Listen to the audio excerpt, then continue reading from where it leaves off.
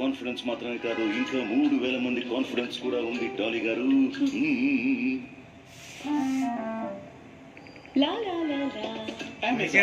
King నేను పెట్టినవి rules. ఆ రూల్స్ నేను అప్పుడప్పుడు ఇష్టానికి మారుస్తుంటాను. అది విని గప్చుప్గా ఫాలో అవ్వాలి.